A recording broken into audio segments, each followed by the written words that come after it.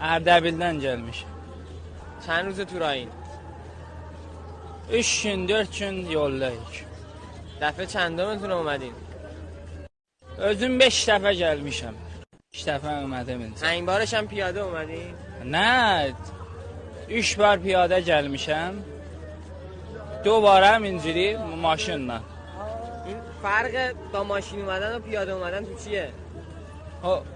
Ona با maşın mirən, اینا پیاده فرقش دیگه. اینجوری فرق میکنه. پس برای چی پیاده میرید شما؟